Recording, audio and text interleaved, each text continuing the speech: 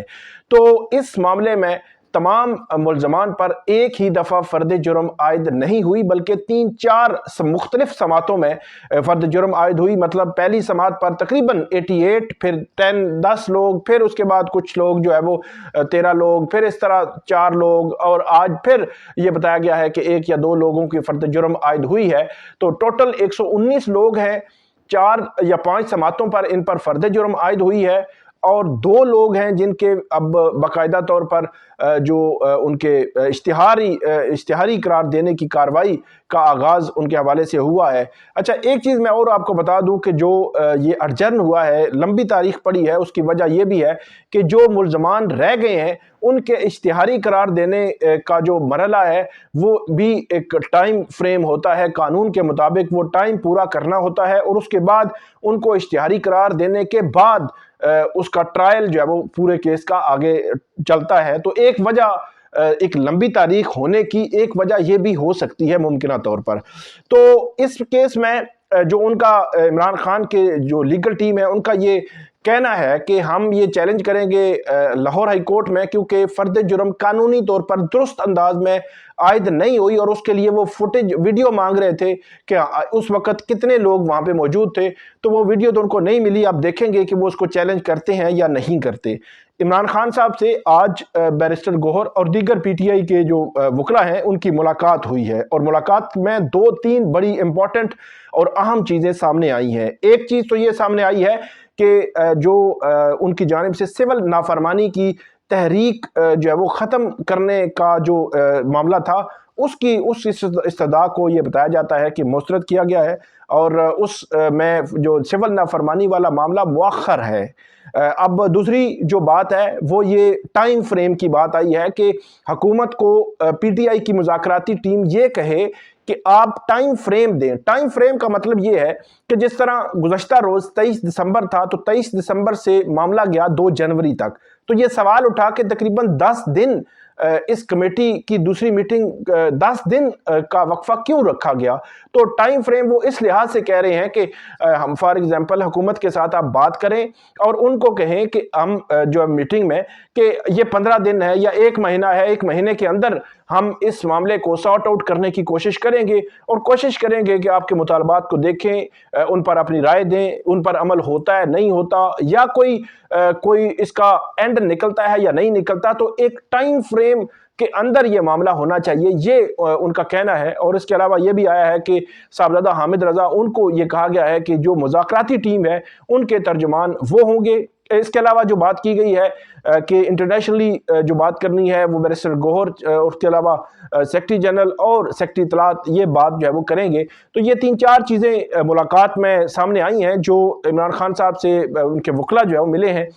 یہ بڑی اہم ملاقات تھی۔ گزشتہ روز پی ٹی آئی کی جو ٹیم تھی، مذاکراتی ٹیم، انہوں نے یہ کہا تھا کہ ہماری ملاقات جو ہے وہ ارینج کروائی جائے، اور حکومت نے یقین دہانی بھی کروائی تھی۔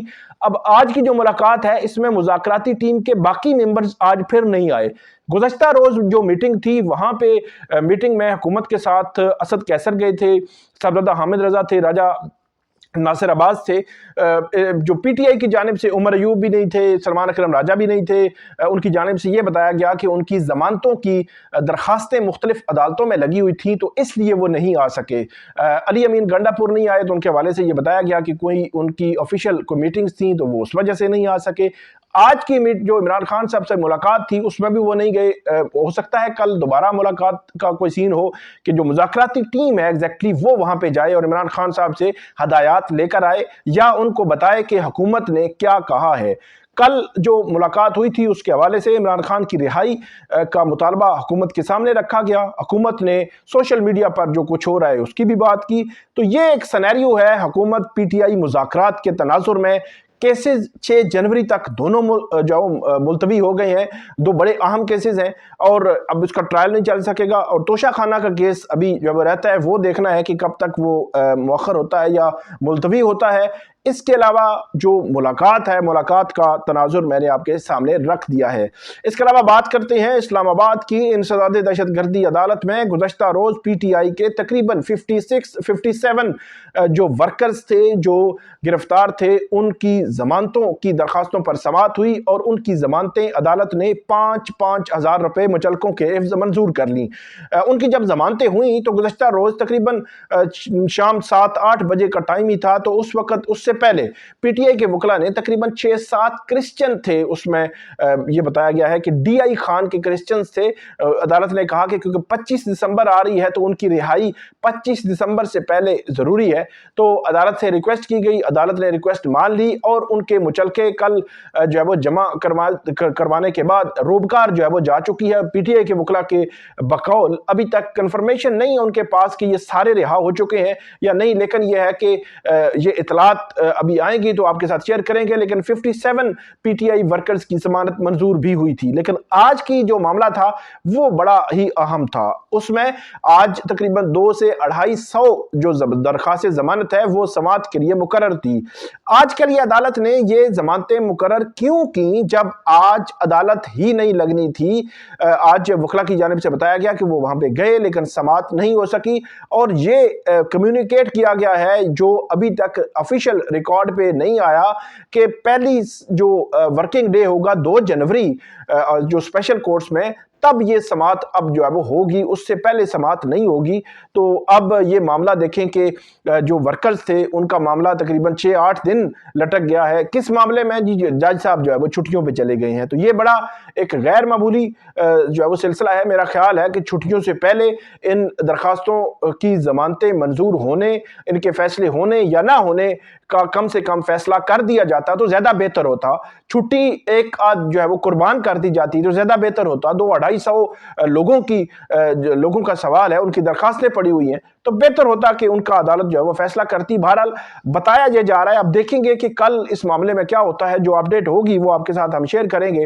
آخری ہمارا موضوع ہے وہ ہے جج کون تعینات ہوگا۔ ہائی کورٹس میں تقریباً ملک بھر کے 38 جو ججز ہیں، Islamabad high court, Lahore high court, Sindh high court, Peshawar اور Balochistan high court, 5 high courts میں 38 ججز کی نامزدگیوں کے لیے اب نام مانگ لیے گئے ہیں اور ایک پرفارما بھی دیا گیا ہے کہ وہ فل کریں۔ اگر کوئی وکیل جج بننا ہے تو اس کا ایک پورا پرفارما ہوگا، اگر کسی جوڈیشل افسر مطلب ڈسٹرکٹ جوڈیشری میں سے کسی نے جج بننا ہے تو اس کا ایک پرفارما ہوگا، اور دونوں پرفارمے جو ہے وہ جس نے بھی جو کمیشن کا کوئی بھی ممبر ایک سیٹ کے اگینسٹ ایک نامینیشن دے سکتا ہے، لیکن وہ ایلیجیبلٹی کرائٹیریا جو ہے وہ اس کا پورا ہونا ضروری ہے۔ اب 2-3 چیزیں بڑی اہم ہوئی ہیں۔ ایک تو خفیہ جو سول خفیہ ادارے ہیں ان سے اگر رپورٹس منگوانی ہوئی تو یہ ثوابدید ہوگی کمیشن کی کہ وہ منگوا سکیں گے۔ دوسری بات اس سارے معاملے میں یہ ہوئی ہے کہ ہائی کورٹس کے جو چیف جسٹس کے لیے پہلے 3 نام، سینئر 3 نام، ان کو کنسیڈر کیا جائے گا، اور جس کو جو ہے وہ جس کی نامینیشن مسترد ہوگی اس کی وجوہات دینا ضروری ہوگی۔ یہ بڑا امپورٹنٹ معاملہ ہوا ہے کیونکہ جسٹس منصور علی شاہ اور جسٹس منیب اختر کو جب اگنور کیا گیا تو اس کی کوئی وجوہات نہیں تھیں۔ پھر جو کمیشن میں جو ووٹنگ ہوگی وہ شو آف ہینڈ سے ہوگی، خفیہ نہیں ہوگی۔ کمیشن کی جو کاروائی ہے وہ ان کیمرہ ہوگی۔ یہ اس میں جو ہے وہ کہا گیا ہے 3 جنوری تک 38 جو نشستیں ہیں، جو ججز کی اسامیاں جو خالی ہیں ہائی کورٹس میں، ان کے اگینسٹ 38 ججز کی اسامیوں کے اگینسٹ نامینیشنز مانگی گئی ہیں۔ اب اس کے 2 ہفتے کے بعد اجلاس بلایا جائے گا اور اس اجلاس میں پھر فیصلہ ہوگا کہ کس کو جج لگانا ہے اور کس کو نہیں لگانا، لیکن تمام کرائٹیریے پورے ہونے کے بعد آخری فیصلہ ووٹنگ پہ ہوگا۔ جس کی ووٹنگ زیادہ ہوگی وہ اس کو جج جو ہے وہ بنا دیا جائے گا۔ یہ سب سے سنگین معاملہ ہے کہ کیونکہ اس وقت حکومت کی ایگزیکٹو کی جو ووٹنگ وہاں پہ زیادہ ہے، جسٹس امین الدین خان بھی ایگزیکٹو کے ساتھ کھڑے ہیں۔ دیکھنا یہ ہے کہ اب کیا ہوگا، کیا